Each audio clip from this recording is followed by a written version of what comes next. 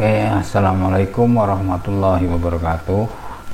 How are you, my students of 9th grade of SMP 1 Wonoskoro? I hope you are all well today and are always happy. Langsung saja kita bahas chapter 6. Jadi, apa yang akan kita pelajari di chapter 6? What are we going to learn? Kita akan belajar apa? Kita akan belajar kejadian atau kegiatan yang sudah terjadi di waktu lampau, yang dampaknya bisa atau masih ada sekarang, bisa dirasakan sekarang. Untuk lebih jelasnya kita lihat saja contohnya. Look at the following examples. Lihat contoh berikut. Nah, ini ada sebuah gambar. Mungkin dengan sebuah gambar ini kalian tanda tanya nih, apa yang maksudnya ini, gitu kan. Tapi ketika foto di sampingnya itu kita buka misalnya, nah seperti ini ada keterangan now, sekarang, ini before, dulu atau sebelumnya.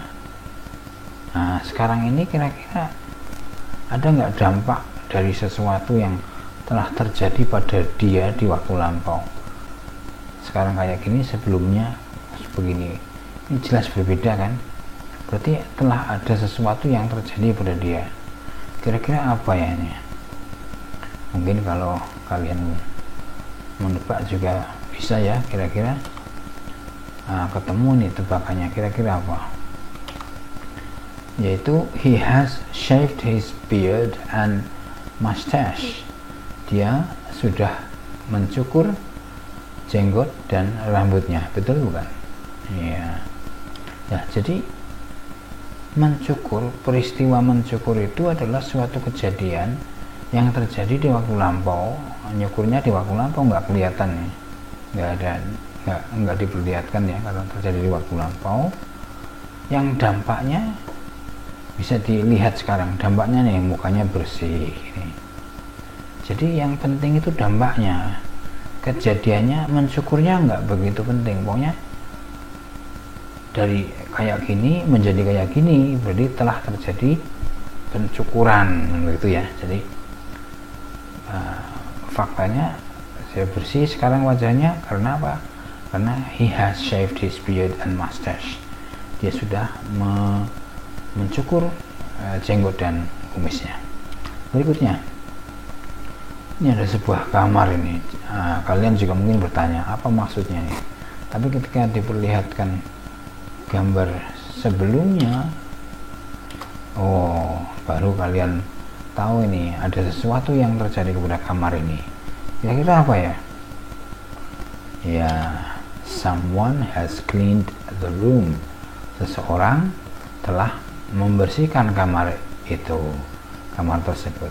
Ya, betul kan? Someone itu mungkin yang punya rumah atau yang menempati kamar kan gitu. Contoh berikutnya, nah ini ada suatu kenyataan. Apa kenyataannya? Seseorang sore-sore, mungkin jam 5 sore tertidur. Mungkin kalian juga menebak ya bahwa he has worked all day long.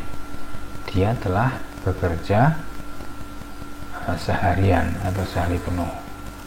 Jadi dari awal tadi bisa kalian lihat bahwa has di sini artinya bukan punya tetapi telah atau sudah, gitu ya. He has worked all day long. Dia telah bekerja seharian. Contoh berikutnya, ada orang yang riang, girang, gembira sekali ini. Ini faktanya. Faktanya apa? Dia senang sekali sampai di waktu lampau. Apa yang telah terjadi pada dia? Ya, mungkin saja she has won a scholarship. Dia telah memenangkan sebuah beasiswa atau mendapatkan beasiswa, gitu ya. Contoh berikutnya, ada orang yang senang ketawa-tawa ini. Kira-kira ada banyak kemungkinan ya, bisa they have got good jobs. Mereka telah mendapatkan pekerjaan yang bagus. Pasti senang dapat pekerjaan yang bagus. Terus ini ada orang pakai baju kayak gini nih, pakaian kayak gini ya. They have been to Mecca, mereka sudah ke Mekah untuk beribadah atau menunaikan ibadah haji. They have been, mereka telah berada di Mekah atau ke Mekah ya. Terus ada seorang laki-laki berpeci putih, berpakaian koko. Kira-kira ini apa ini kenyataannya ya? Ya, seorang haji ya. Berarti kejadian di waktu lampaunya apa ini kira-kira? Kemungkinan he has done Hajj pilgrimage, yaitu dia telah melaksanakan ibadah haji, seorang haji gitu ya.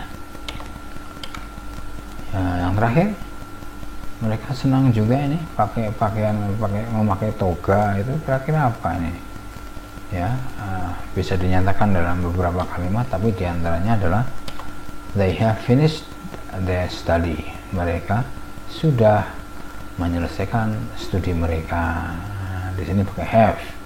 Mengapa pakai have ya? Seperti tadi dua ibu tadi juga pakai have karena they itu lebih dari satu, mereka nggak boleh pakai has ya. They have finished their study. Oke, sekarang kita pelajari analisa kalimat-kalimat tadi, yaitu has shaved, has cleaned, has worked, has won, dan have got. Nah, yang dua orang tadi have bukan has. Have been, has done, dan have finished ya. Terus bisa ditarik kesimpulan bahwa sudah itu dalam bahasa Inggrisnya bisa has, bisa have, tergantung orangnya ya, orang yang mengalami kejadian itu. Oke, mari kita konsentrasi kepada kata kerjanya shaved, clean, worked, won, dan seterusnya. Ini dari mana ini kata-kata kerja ini? Nah, kata kerja ini bisa dikelompokkan menjadi dua kelompok besar yang kotak bagian atas ya. Yang bagian atas ini disebut kata kerja beraturan ya, karena bentuk dua dan bentuk G-nya sama, yaitu tambah D atau tambah ED. Sedangkan yang bawah ini adalah kata kerja tidak beraturan. Ini yang harus dihafalkan karena bentuk dua tiganya sama atau dua tiganya berbeda, seperti did dan berbeda ya. Enggak ditambah ED ya atau D ya. Jadi yang ini yang bentuk ketiga ini yang dilingkari merah inilah yang dipakai di dalam kalimat-kalimat yang baru saja kita contohkan tadi, yaitu sudah ya, sudah pakai has atau have, kemudian ditambah kata kerja yang ini bentuk satu, bentuk duanya yang tadi ya, ini bentuk ketiga. Untuk menyatakan sudah atau telah tadi kita gunakan has atau have, kemudian kata kerja bentuk ketiga. Apa itu kata kerja bentuk ketiga? Ini yang berlingkaran hitam ini, maaf, berlingkaran merah. Oke, berikutnya kita lihat lagi contoh. Ada seorang ibu nih, faktanya apa nih yang Anda bisa lihat dari gambar ini? Kira-kira she looks sad, dia kelihatan sedih ya.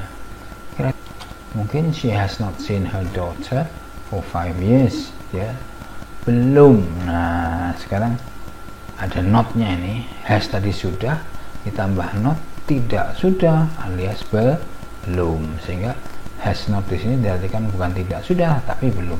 She has not seen her daughter for 5 years.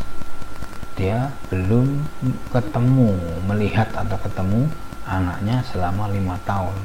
Kasihan sama sekali. Atau ini ada they are hungry ya, mereka adalah mungkin pengemis ya yang meminta-minta. Mengapa mereka meminta? mereka lapar, itu kenyataannya. Nah, tapi mengapa mereka lapar?